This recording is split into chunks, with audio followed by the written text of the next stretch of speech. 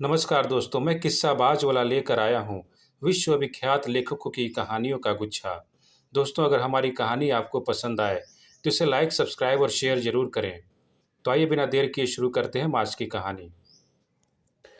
कहानी का शीर्षक है उसकी कहानी। इसे लिखा है राधा कृष्ण ने। एक ठूंठ खड़ा था और उसके खोड़हर में घोंसला बनाकर एक चिड़िया रहती थी।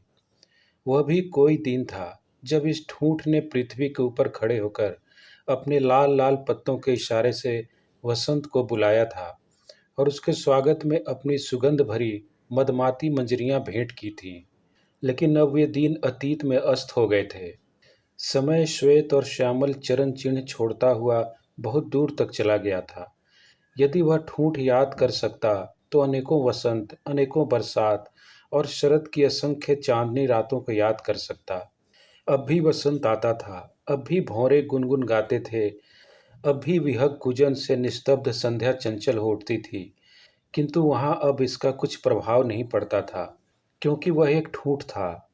इने गिने पत्र पुंज ही उसकी सजीवता की साक्षी देते थे। समीप ही एक झरना झर रहा था। वह एक स्वर और एक रागनी में न जाने क्या गा रहा था।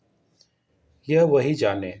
वहां फेनिल लहरें उछल उछल कर, नाच नाच कर कीड़ा किया करती थीं। आसपास हरे भरे झुरमुट थे। पृथ्वी पर तृणों की शया थी। बहुतेरे फूल हंस हंस कर खेल रहे थे। किंतु वह ठूंठ जैसे सबसे पृथक, अकेला और असुंदर होकर खड़ा था। रात हो आई थी। तृतीया का बंक शशि रूप की नौका के समान तैरता हुआ आकाश के नील महासागर को पार कर रहा था।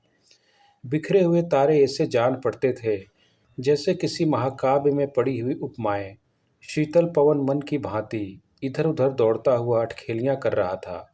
ठूंठ खड़ा था और अपने घोंसले से सिर निकालकर चिड़ियां झांक रही थी। सहसा पूरब की ओर से कुछ मेघ दौड़ पड़े। हवा की चंचलता क्षुब्धता में बदल गई। आकाश में छितराए हुए प्रकाश के मोती आलोप हो गए। चांद बादलों के बीच उलझ गया। चारों ओर एक स्याही सी फिर गई। एक भीषण गरज से पृथ्वी कांप उठी। फिर बिजलियों की तड़पन, मेघों की गरज, वृष्टि की बौछार और हवा का हाहाकार। आखिर थोड़ी देर के बाद सब थम गया। बादल दौड़ते हुए आए थे, दौड़ते हुए चले गए। चांद खिलखिलाता हुआ निकल आया। तारे हंसने लगे। सब हुआ, लेकिन वह ठूंठ गिर पड़ा। उसकी डालें टूट गई थीं और उसमें रहने वाली चिड़ियां चें चें करके उस अंधकार में उड़कर न जाने कहाँ चली गई थीं।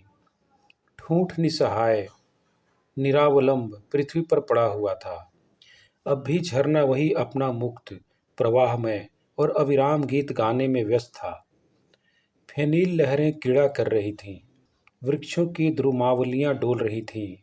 फूल हंस हंस कर लौट रहे थे, पर वह ठूंठ नहीं था और उसमें बसने वाली चिड़ियां भी नहीं थीं।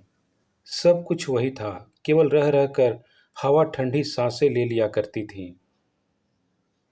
धन्यवाद।